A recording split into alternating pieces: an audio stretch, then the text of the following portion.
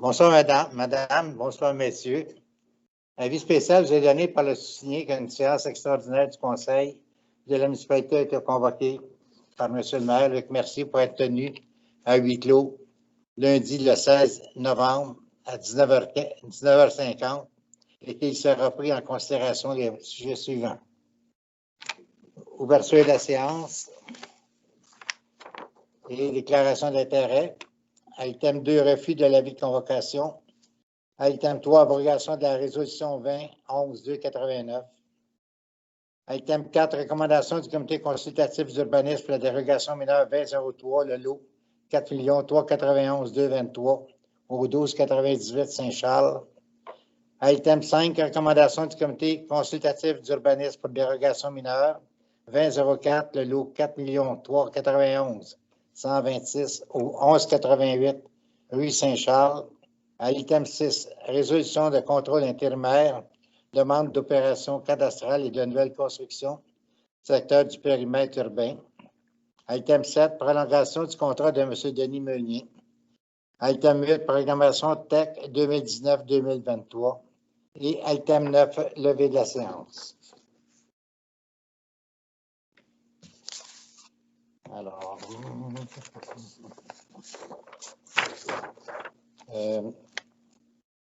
ouverture de la séance. Refus de l'application refus d'avis de convocation. Ça, c'est tout le monde accepte le refus de. Oui. Alors, item 3, abrogation de la résolution 20-11-89. Je vais vous la lire.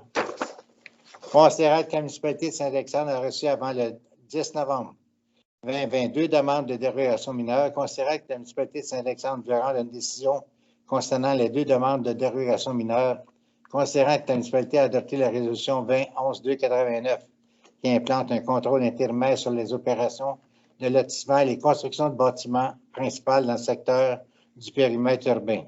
Considérant que la municipalité doit révoquer la résolution afin de rendre une décision sur les deux demandes de dérogation mineure, il est proposé et appuyé d'abroger la résolution 20-11-289.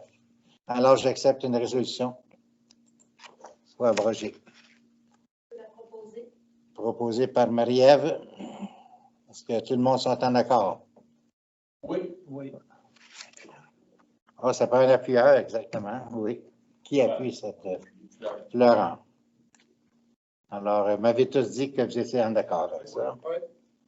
Alors, d'abroger la résolution 20-11-289. Ça va? Nous allons au thème numéro 4. Recommandation du comité consultatif d'urbanisme pour la dérogation mineure du 2003, lot 4 391 223, le 1298 rue Saint-Charles. Vous avez tous la résolution dans votre document. Alors, le projet de résolution. Allez-y, Bernard. Oui, allez-y. Bernard va en faire la lecture, vu qu'il est le président du CCU. Et c'est lui qui nous fait cette présentation ce soir. Pas de problème. C'est ça, dans une rencontre tenue le 27 octobre dernier, donc le CCU fait ses recommandations suite à ses demandes de dérogation mineure. Donc, on y va avec la 2003 pour le lot dont M. le maire a cité tantôt au 1298 rue Saint-Charles. Donc, le contexte, considérant que la demande de dérogation mineure présentée par M. Patrick Raté et Vanessa Labelle pour la propriété du 1298 rue Saint-Charles. Considérant que la demande concerne un projet de subdivision du lot 4 391 223, créant un lot à bâtir supplémentaire conforme aux normes en ayant la largeur minimale de 15 mètres. Considérant que le terrain supporte une construction existante implantée au centre du terrain et que la ligne séparatrice des deux lots se retrouverait à 1,58 m du bâtiment existant, alors que la marge minimale est établie dans cette zone à 2 mètres. Donc, une diminution de 0,42 m de la marge latérale applicable.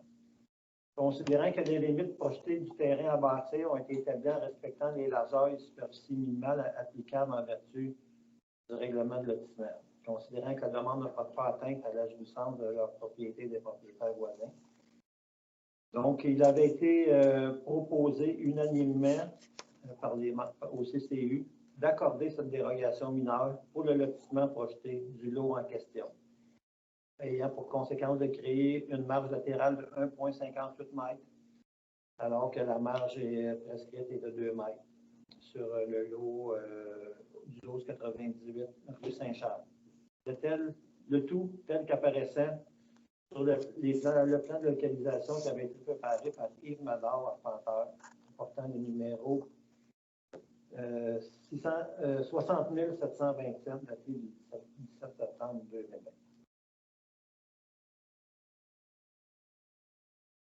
Donc, c'est ça qui est la recommandation du CCI. Donc, plus loin, il y a le projet de résolution qui est accepté par les membres du Conseil. Accepté ou refusé?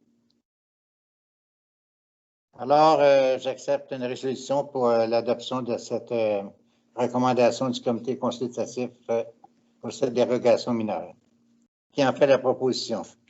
Moi, j'en fais la proposition. Proposée par Bernard et appuyée par Florent. Est-ce que tout le monde sont en accord? Non. Donc, vous demandez le vote. Monsieur Stéphane? Oui. Je suis bien, M. le maire? Allez-y. M. Barrette? Oui. Pour? Pour. M. Vézina? Contre. M. Roussel? Je suis pour. M. Raymond? Pour. Mme Denicourt? Pour. M. Bertillon? Contre. Adopté à majorité 4-2. C'est bien. Alors, nous allons aller à l'item suivant, qui est l'item numéro 5. Recommandation du comité consultatif d'urbanisme pour la dérogation mineure 2004 du lot 4 391 126 du 1188 rue Saint-Charles. Alors, M. Roussel étant président du CCU, si vous voulez nous présenter la recommandation du comité CCU. Toujours dans la même rencontre, le CCU s'était prononcé sur cette demande, la 2004. Donc, le contexte, là, considérant la demande de dérogation mineure présentée par M. Marc-André Desjardins et Caroline Bonneau pour le 1188 rue Saint-Charles. Considérant que cette fois-ci, la demande concerne un projet de subdivision du lot en question, créant un lot à bâtir supplémentaire conforme aux normes, en ayant une largeur de 15,24 mètres et une superficie de 503,6 mètres carrés. Considérant que le terrain supporte une construction existante implantée au centre du terrain et que la ligne séparatrice des deux lots se retrouverait à 1,75 mètres du bâtiment existant, alors que la marge minimale établie dans cette zone est autour de 2 mètres. Donc, soit une diminution de 0,25 mètres de la marge latérale applicable. Considérant que les limites projetées du terrain bâti ont été établies en respectant les largeurs et superficies minimales applicables en vertu du règlement de lotissement. Considérant que les normes minimales de lotissement dans la zone est de 15 mètres de largeur, 400 mètres carrés de superficie. Considérant que la demande ne porte pas atteinte à la jouissance de leur propriété des propriétaires voisins. Considérant que la largeur du terrain à bâtir peut être réduite de 0,24 mètres pour respecter le minimum requis de 15 mètres, faisant en sorte que le bâtiment existant se retrouverait à 1,99 mètres de la ligne séparatrice des deux terrains et ainsi diminuerait la dérogation à obtenir. Considérant la recommandation du comité consultatif d'urbanisme, donc il avait été unanimement résolu d'accorder la dérogation mineure pour le lotissement projeté du lot en question, c'est-à-dire de 4 391 126, avec la conséquence de créer une marge latérale de 1,99 mètres plutôt par rapport à 2 mètres, tel qu'exigé par le règlement. Cette propriété du 1188 rue Saint-Charles. Et que le plan projet préparé par Yves Mador, arpenteur, portait des minutes 60 722, daté du 17 septembre 2020. On modifie en conséquence. Alors, vous avez le projet de résolution. Si vous êtes en accord pour accepter cette demande de dérogation mineure qui a été présentée par le CCU, Alors, j'accepterai une résolution d'appui pour ce projet proposé par Mme Marie-Ève et appuyé par... Qui appuie cette demande? Appuyé par M. Florent. Est-ce que tout le monde sont en accord? Je suis d'accord. Alors, vous demandez le vote. Le vote est demandé par M. Stéphane. Alors, Monsieur Barrette. Pour. Monsieur Vézina. Contre. Monsieur Roussel. Pour. Monsieur Raymond. Pour. Madame Denicourt. Pour. Monsieur Bertillon. Contre. Adopté à majorité 4-2. alors, ce qui complète les deux recommandations du comité consultatif d'urbanisme. À l'item 6, résolution de contrôle intérimaire, demande d'opération cadastrale et de nouvelles constructions secteur du périmètre urbain. Je vais vous lire le projet de résolution. Considérant que la municipalité de Saint-Alexandre est en réflexion afin de modifier le plan d'urbanisme pour le secteur du périmètre urbain afin d'adresser les enjeux du redéveloppement urbain. Considérant que la municipalité de Saint-Alexandre est également en réflexion concernant son service de distribution d'eau potable dans son périmètre urbain.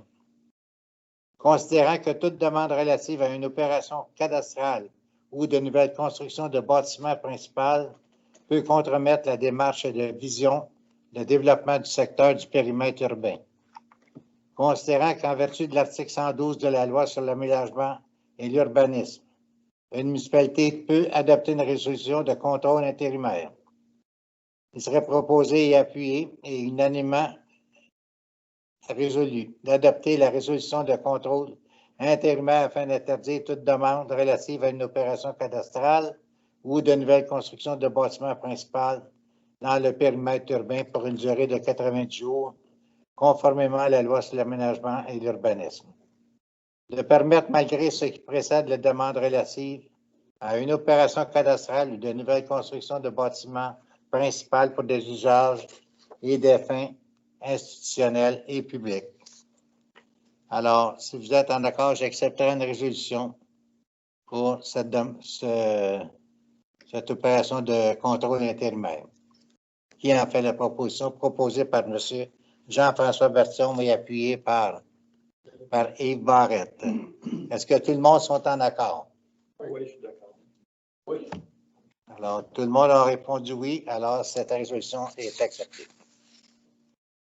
Item suivant. Prolongation de contrat de M. Denis Meunier. La résolution.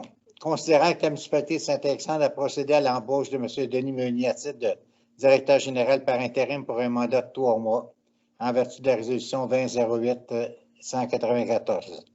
Considérant que le contrat de M. Meunier vient à échéance le 17 novembre prochain, considérant que depuis la nomination de M. Marc-Antoine Lefebvre à titre de directeur général et secrétaire trésorier, M. Meunier occupe la fonction de directeur général adjoint par intérim.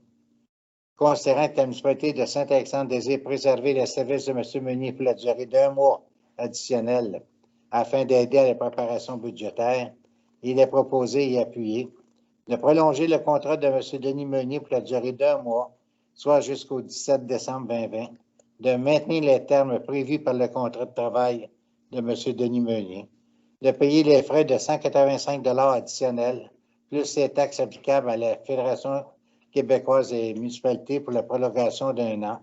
Un mois. D'un mois. Excusez-moi, c'est d'1 an.